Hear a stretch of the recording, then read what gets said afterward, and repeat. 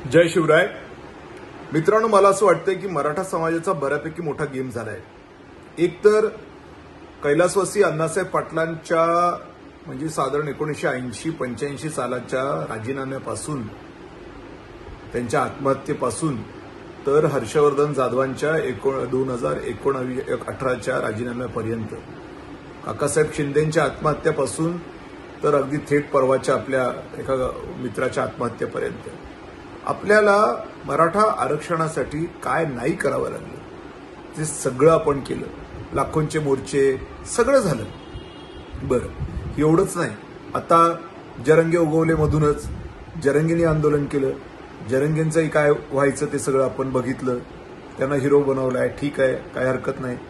पण रिझल्ट काय आहे तर रिझल्ट झिरो आहे. नोंदी सापडल्या असं म्हणतायत. प्रमाणपत्र मिळालेत, काही ठिकाणी मिळाले नाहीत. बरं, पुढे त्या प्रमाणपत्रांचं काय तर काहीच नाही, झिरो. त्या पोलीस भरतीत त्या प्रमाणपत्राची कवडीत का उपयोग झाला नाही. आता इलेक्शन्स लागल्या मध्यंतरी. या सगळ्या पार्श्वभूमीवर हे वाशीवरून मंडळी परत आली. इलेक्शन्समध्ये जरंगेंनी अनाऊन्स केलं की बाबा यांना असं पाडा की यांना 5 जन्म उभं राहता येणार नाही. हे झालं.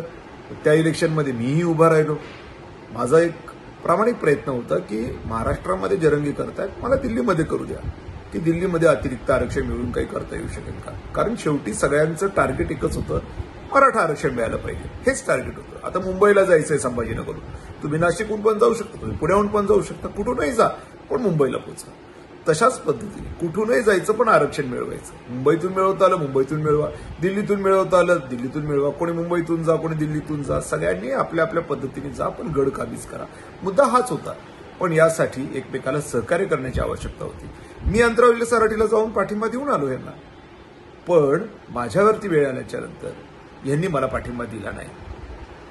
का नाही दिला याचं प्रश्नाचं कोडं मला सुटलं नाही.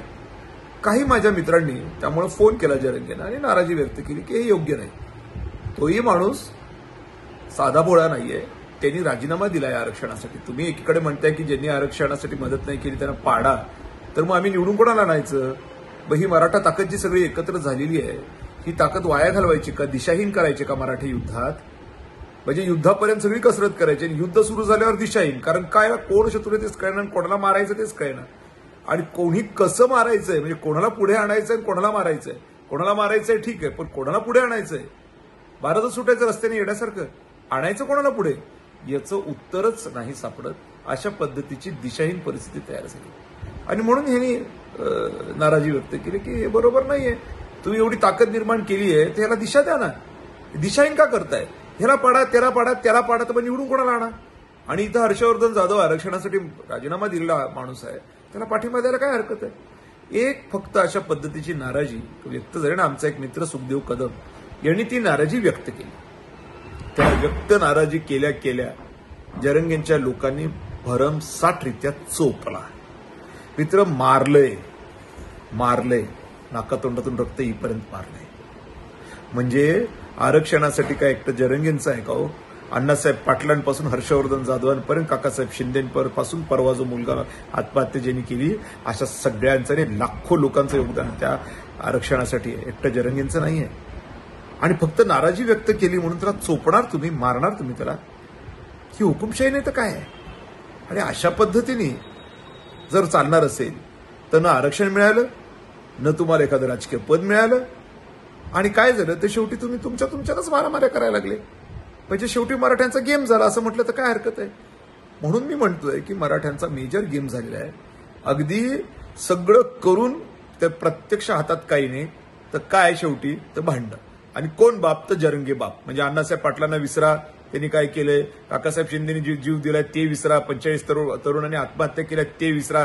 हर्षवर्धन जाधवांनी राजीनामा दिलाय ते विसरा. आणि एकच नेता कोणतं जरंगे, आणि त्यांच्याबद्दल काही बोलायला नाराजी व्यक्त करायला गेलं की मार खा. म्हणजे आपलं वाटोळं झालंय मराठ्यांनो. भगवंत करो मी लोकसभेला निवडून येऊ.